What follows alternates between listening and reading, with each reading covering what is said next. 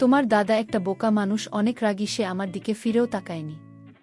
আজ বিয়ের 1 মাস হয়ে গেল, সে আমাকে একটা নজর তাকিয়েও দেখেনি।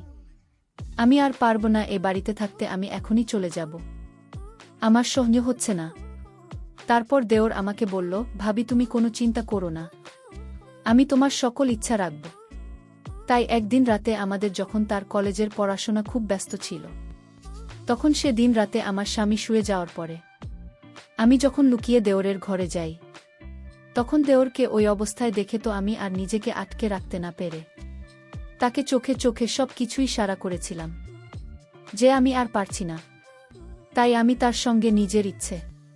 তারপর আমার দেওর ও খুব খুশি হয়ে আমাকে অনেক জোরে। তারপর সেদিন সারারাত ধরে আমি ওদের নিজেদের মতো। মূল ভিডিওটি শুরু করার পূর্বে তোমাদের কাছে একটি রিকোয়েস্ট, তোমরা যারা এখনও আমার চ্যানেলটি সাবস্ক্রাইব করেননি তারা আমার চ্যানেলটি সাবস্ক্রাইব করে পাশে থাকবেন। তাহলে এবার আসল ঘটনাটি শুরু করি।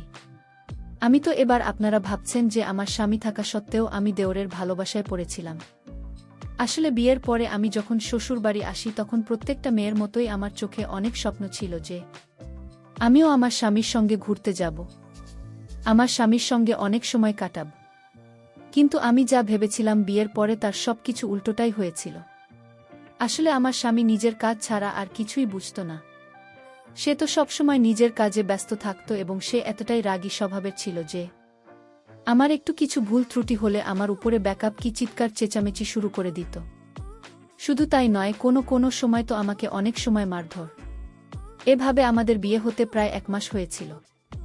আসলে প্রথম থেকে আমার স্বামী আমার প্রতি কোনো গুরুত্বই দিত না। এমনকি বাসর রাতে আমার স্বামী ফোনে তার ক্লায়েন্টের সঙ্গে হিসেব পাতি করতে ব্যস্ত ছিল। আর বাসর রাতে স্বামীর অপেক্ষা করতে করতে আমি শুয়ে পড়েছিলাম, কারণ আমিও তো অনেক বেশি ক্লান্ত ছিলাম। তারপর সকালবেলা যখন চোখ খুলে দেখি, তখন আমার স্বামী তো স্নান করে তৈরি হয়ে আমাকে ঘুম থেকে তুলে বলেছিল তাকে নাকি আগামীকালকে এই অন্য শহরে চলে যেতে হবে জরুরি কাজের জন্য। আমি তো কোনো কথা না বলে শুধু স্বামীর দিকে আশ্চর্য হয়ে তাকিয়েছিলাম, কারণ স্বামী তার কাজকে এত বেশি প্রাধান্য দিত যে আমাদের বাসার রাতটাকে নষ্ট করে দিয়েছিল। ওই বাসর রাতের জন্য আমি যা স্বপ্ন নিজের চোখে সাজিয়েছিলাম, আমার সেই স্বপ্নগুলো ভেঙে চুরমার হয়ে গিয়েছে। বিয়ের 2 দিন পরেই তো শেষ 16 দিনের জন্য শহরে চলে যায় নিজের কাজের জন্য।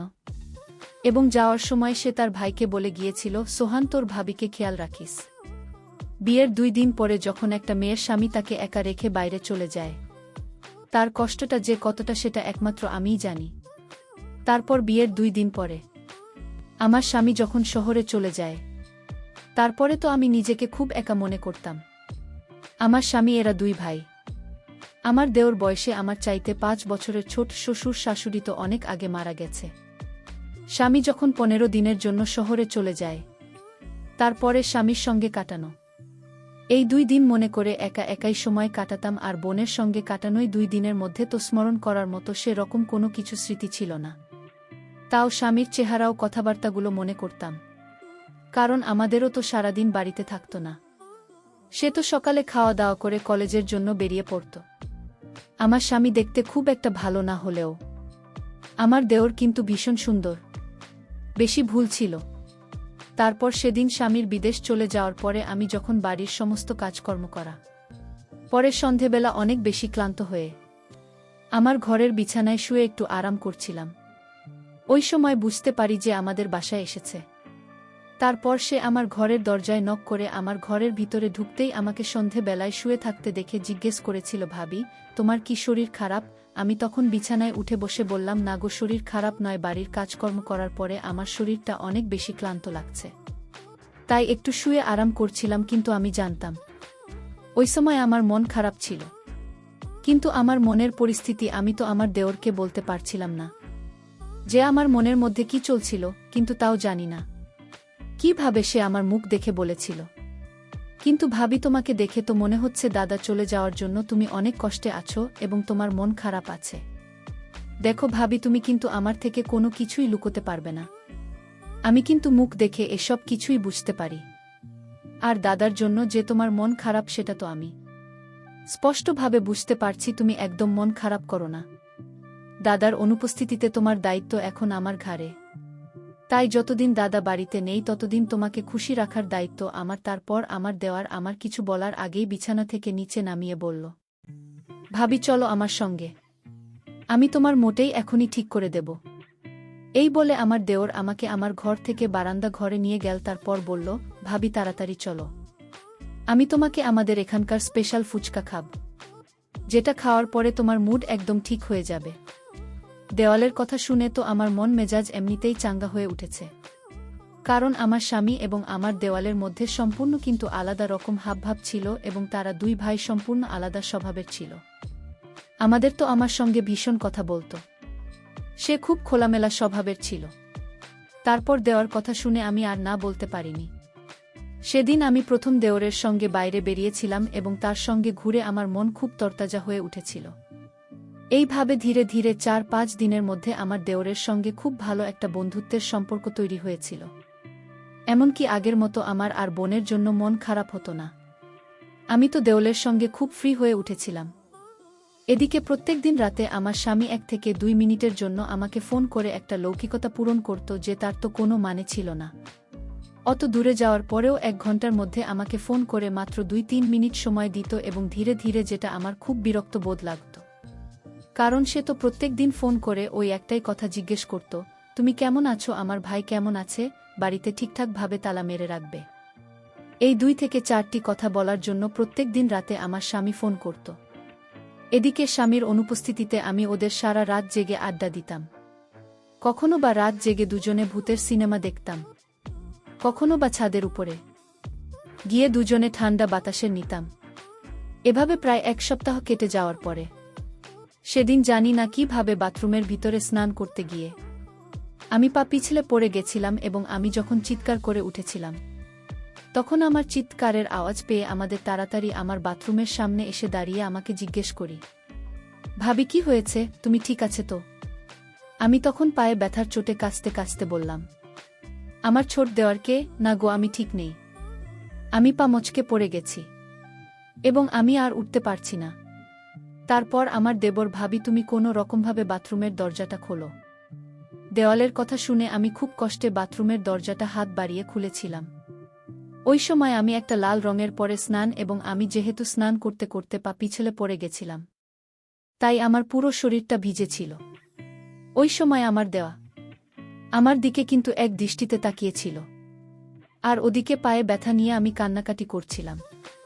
তারপর আমার যখন উঠে দাঁড়ানোর ক্ষমতাটুকুও ছিল না, তখন আমার দেওর বাধ্য হয়ে আমাকে ধরে আমার ঘরের বিছানায় বসে আমাকে গামছা ও আমার পরনের পোশাক আমার পাশে রেখে দিয়ে বলেছি, ভাবি আমি ঘরের বাইরে যাচ্ছি, তুমি পরিবর্তন করে নাও, নইলে তোমাকে ঠান্ডা লেগে যাবে।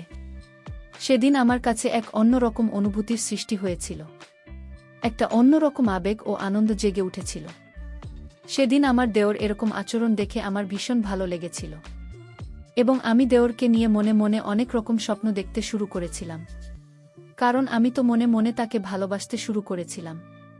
তারপর ধীরে ধীরে যত দিন যায় আমার কিন্তু ততই দেখে ভালো লাগতে শুরু হয়। আমি তার পছন্দের খাবার দাবারও তার সব কিছুরই খেয়াল রাখতাম।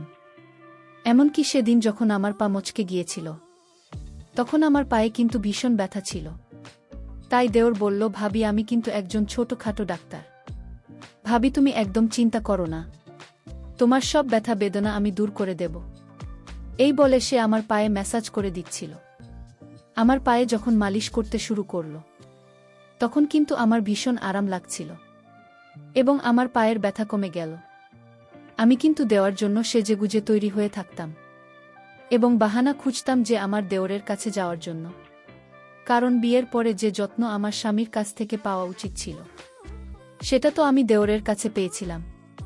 তাই আমি দেওরকে মন থেকে ভালোবেসে ফেলেছিলাম এবং সে দিনের পর থেকে আমি পায়ে ব্যথা বাহানা করে প্রত্যেক দিন তার সামনে ন্যাকা কান্না করতাম এবং সে আমার কান্না দেখে বলল, ভাবি তুমি চিন্তা করো না, আমি এখনই পায়ে মালিশ করে দিচ্ছি। আর আমি সেটা মন থেকে অনুভব করতাম। ওদিকে পরের দিন কেটে যাওয়ার পরে যখন আমার স্বামী বাড়ি ফিরে আসে, তখন তার আসল চেহারা আমার সামনে ফুটে ওঠে। কারণ একটা মানুষকে কিন্তু 2 দিনের মধ্যে কখনোই চিনতে পারা যায় না, যতক্ষণ না সেই মানুষটার সঙ্গে সারাদিন কাটানো হয়। একটা মানুষের সঙ্গে আমি যত সময় কাটাব, ততই আমি তাকে চিনতে পারব। এদিকে আমার স্বামীর বাড়ি ফিরে আসার আমি কিন্তু খুশি ছিলাম না, কারণ আমি দেওরের সঙ্গে খুব ভালো সময় কাটাচ্ছিলাম। দেওর আমার মনের ইচ্ছে পূরণ না করলেও সে আমার খুব যত্ন করত এবং খুব খেয়াল রাখত। কিন্তু আমি এটা জানতাম না যে দেওরের মনে আমার প্রতি কী ছিল। আদৌ কি সে আমাকে মনে মনে ভালোবাসত, নাকি সে আমাকে নিজের দাদার বউ মনে করে শুধু আমার যত্ন করত।